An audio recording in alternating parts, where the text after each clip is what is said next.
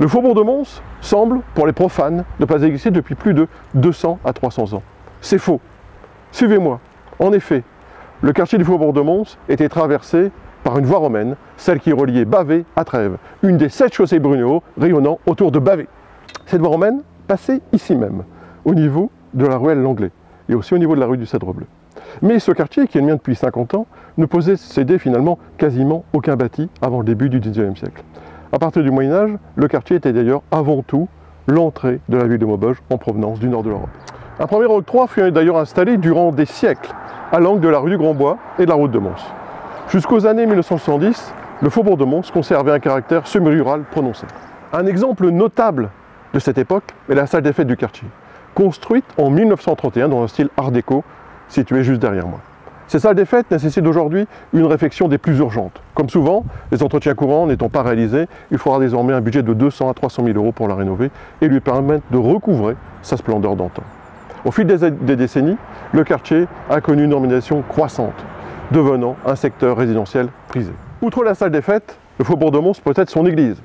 Fait rarissime, elle n'appartient pas à la commune, mais au diocèse, construite sous l'impulsion de l'abbé Paul Vaillant, que j'ai bien connu. Le quartier est apprécié pour son cadre de vie, mais la route de Mons apporte son lot de nuisances très importants. On vous a dit qu'en 2030-2035, tout irait mieux, que le contournement nord de Maubeuge réglerait la situation.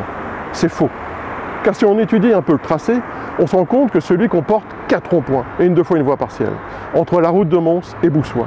Le contournement devrait ainsi absorber au total 38 véhicules par jour. C'est impossible sur une deux fois une voie.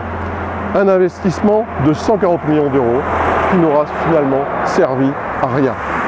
La situation sera à la fin aussi dégradée qu'aujourd'hui. Voilà pourquoi je me bats depuis plus de 10 ans pour promouvoir un nouveau tracé qui ne traverse pas les villes, mais les contourne avec une vraie 2 fois 2 voies, sans rond-point entre la Longueville et Boussois. Comme le centre-ville, le quartier du faubourg de Mons manque de places de stationnement, en particulier aux abords de ces écoles. Il devient plus qu'urgent de créer des places de stationnement au niveau de l'école maternelle. À une centaine de mètres, d'ailleurs plusieurs options existent.